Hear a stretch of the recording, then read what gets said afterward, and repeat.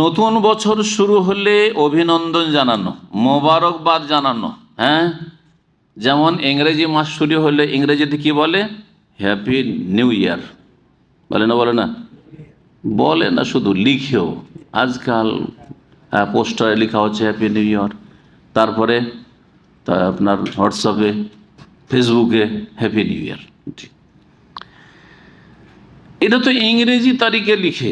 যদি কেউ এই কথাটি আরবি ভাষা অথবা বাংলা ভাষায় বা ইংরেজিতে যদি মহররম, যেটা আল্লাহর মাস, আরবি ইসলামিক মাসের বা বছর, ইসলামিক বছরের প্রথম মাসে, নতুন বছরে, নববর্ষে, যদি নতুন যখন বছর শুরু হচ্ছে তখন যদি কেউ লিখে অথবা বলে হ্যাঁ যে নতুন বছর মোবারক, 1439 হিজরি মোবারক, বলে তো এর হুকুমটা কি? এই বলা জায়েজ নয়, এটা জায়েজ নয়। এগুলি হচ্ছে বিদাত, এবং এই বিদাতগুলি খুব পুরাতন বিদাত না, এখন নতুন নতুন এগুলোর উদ্ভব ঘটছে। জি। আর এই বিদাতগুলি আরব কিছু বিদাতিরা শুরু করেছে। আরব বলতে সৌদি আরব মানুষ বলছে না, কারণ সৌদি আরব মানুষ অনেকটাই তৌহিদ সুন্নাত আকিদার ক্ষেত্রে ভালো জানি এরা, কিন্তু আশেপাশের আরব দেশগুলিতে বহু বিদাত আছে, আর নতুন নতুন বিদাত দেখা যাচ্ছে। আরবিয়ান, আরবি ভাষা তাদের। জুমা মুবারক আজকাল হোয়াটসঅ্যাপের গ্রুপে দিয়ে দিচ্ছে জুমা মুবারক, ঈদ মুবারক। তারপরে আপনার কি বলছে, এই আপনার নতুন বছরের মোবারকবাদ। জি, দেখা সাক্ষাৎ হলে। আর ঈদের সময় বলেছিল ঈদুল ফিতর, ঈদুল কুল্লু আম আনতুম বিখাইর। মুহররমে বলছে কুল্লু আম আনতুম বিখাইর। কয়েকদিন আগে এক আরবিয়ান আমাকে সালাম করে বলছে, সালাম মোয়ানাকার সাথে কুল্লু আম আনতুম বিখাইর। এই যে নতুন বছরে অভিনন্দন জানানো অথবা মোবারকবাদ জানানো,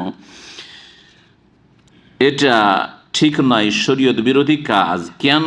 ওয়াজালিকা লিআদামে উরুদিহি আনিস সালাফ, কারণ সালাফে সালেহিনদের থেকে এই রকমের কোনো বৈধতার প্রমাণ নেই, তারা এই আমলগুলি করেন নাই।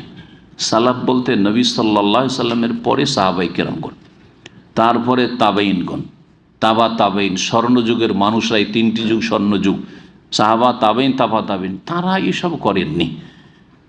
তারা করেনি তো কি হলে আমরা করবো? অসুবিধাটা কি?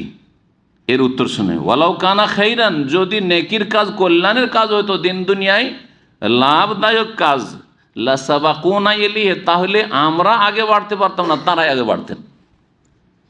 এই কথা কখনো ভাবেন না যে আমরা বেশি পণ্ডিত হয়েছি, অথবা আমরা বেশি শরীয়ত বুঝেছি, অথবা আমরা বেশি নেকির জন্য উদ্গ্রীব, আগ্রহী, আর তারা অত নেকির ক্ষেত্রে উদ্গ্রীব ছিল না, যার ফলে আমরা এই নেকির রাস্তাগুলি আমরা নতুন নতুন আবিষ্কার করছি, অথবা নেকির কাজগুলি, সওয়াবের কাজগুলি করছি। কখনো না। যদি সওয়াবের কাজ হইতো, নেকির কাজ হতো, দিন দুনিয়ার কল্যাণ তাতে থাকতো, তো অবশ্যই তারা আমাদের থেকে আগে বেড়ে থাকতেন, এই কাজগুলি করতেন। নতুন বছরে হোক আর অন্য সময় হোক, মানুষকে সব সময় তওবা ইস্তিগফারের মাধ্যমে নিজেকে আপডেট করে রাখতে হবে। যে হঠাৎ করে যদি এখনই এই রাতে মত চলে আসে, তো আল্লাহর সাথে সাক্ষাৎটা ভালো অবস্থায় যেন হয় সবসময়। এটা নতুন বছরের সাথে সম্পর্ক না যে নতুন বছরে একটু তওবা ইস্তিগফার করেন, এরকম যদি বলেন তো এটা ভুল কথা। তওবা ইস্তিগফার সবসময় করেন, কারণ ভুল সবসময় হচ্ছে, কিন্তু মাঝে মধ্যে স্মরণ করানো যেতে পারে। তার মধ্যে এই সময় স্মরণ করাতে পারেন যে একটা বছর শেষ হচ্ছে, আর একটা বছর শুরু হচ্ছে, সুতরাং এখন চিন্তা করুন যে আপনি কি অবস্থায় আছেন। বেশি বেশি নেক আমল করুন, জিকির আজকার করুন, ফরজ অজেবের হেফাজত করুন, 5 ওয়াক্ত নামাজ আর শর্ত, রুকুন, ওয়াজিব এবং সুন্নতের হেফাজতের সাথে আদায় করুন। গুনাহ, অন্যায় থেকে বেঁচে থাকুন, এবং নিজের আমলনামাকে ক্লিন, পরিষ্কার করার চেষ্টা করুন গুনহার বোঝা থেকে, গুনাহ থেকে। নিজের আত্মপর্যালোচনা করুন, নিজের হিসাব নিকাশ নিজেই কষুন, এবং মওতকে বেশি বেশি স্মরণ করুন। এত লম্বা চিন্তা করিয়েন না যে আমি এতদিন বাঁচবো আর এই কাজগুলি করব, বরং এই চিন্তাটা বেশি করেন যে কি জানি এই রাতটা পার হবে কিনা, হয়তো আমার এশার নামাজটা শেষ নামাজ ছিল।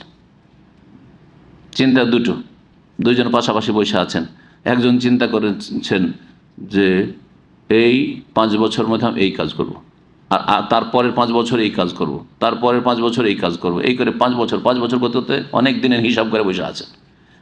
আর একজন এই রাতের ফিকির করছেন যে আল্লাহ এশাটা পড়লাম, ফজর পড়ার সুযোগ পাবো কিনা, আজকে 9 তারিখে রোজা রাখলাম, 10 তারিখে এই রোজা আশুরা রোজার সহুর করার সুযোগ পাবো কিনা, আর এই রোজাটা পুরো করতে পারবো কিনা। এই জন্য মুমিন বান্দা যখন একটা রোজা পুরা করে তখন ফারহাতুন ইনদা ফিতরি ও ফারহাতুন ইনদা লিকাই রব্বিহি, রোজাদারের ইফতারির সময় একটা আনন্দ যে আলহামদুলিল্লাহ আজকে রোজাটা কমপ্লিট করলাম, আর আল্লাহর সাথে যেদিন দেখা হবে সেই দিন আর এক খুশি হবে, রোজার মহাপুরস্কার পাবে। সালাফে সালেহিনদের আমলে নতুন বছর মহরম শুরু হলে মোবারকবাদ পেশ করা, অভিনন্দন জানানো, এসব কেউ জানতো না, কল্পনা করেনি। তবে পরবর্তীকালে বা কিছু সময় আগে এগুলো শুরু হয়েছে। যখন শুরু হয়েছে বর্তমান যুগের ওলামাদেরকে এই মাসআলা সম্পর্কে জিজ্ঞাসা করা হলে তাদের মতামত 3 ভাগে বিভক্ত হয়েছে। তারা 3 মতে বিভক্ত হয়েছে। একটি মত হচ্ছে যে মোটেই চলবে না কোনো অভিনন্দন, মহরম মাসেই চলবে না। তাহলে জানুয়ারিতে কি করে চলতে পারে? তাহলে বৈশাখে কি করে চলতে পারে? না বৈশাখ মাসে চলবে, যে বাংলা বছর শুরু হচ্ছে, আমরা বাঙালি জাতি, আর না ইংলিশ ইন্টারন্যাশনাল ভাষা, সুতরাং ইংরেজি জানুয়ারিতে চলবে, আর না মহরমে চলবে। যখন মহরমে চলবে না, যেটা ইসলামিক মাস, তাহলে অন্য মাসে আবার অন্য বছর শুরু হলে চলবে কেন, বরং নিষিদ্ধ। দ্বিতীয় মত হচ্ছে যে জায়েজ আছে। কেন জায়েজ? তাদের যুক্তি হচ্ছে এটা ইবাদত নয়, এগুলো হচ্ছে প্রথা। তাদের যুক্তি কি? এটা ইবাদত নয়, এটা হচ্ছে কি প্রথা। কিন্তু এই কথাটি তাদের যুক্তিসঙ্গত নয় এবং গ্রহণযোগ্য নয়। কারণ যখন নতুন নতুন বছর আসে আর নববর্ষে যখন অভিনন্দন জানাতে শুরু করে, 1জন 2জন করতে করতে করতে একটা সমাজ, একটা জাতি, একটা দেশ, এমনকি সারা বিশ্বে ছড়িয়ে পড়ে।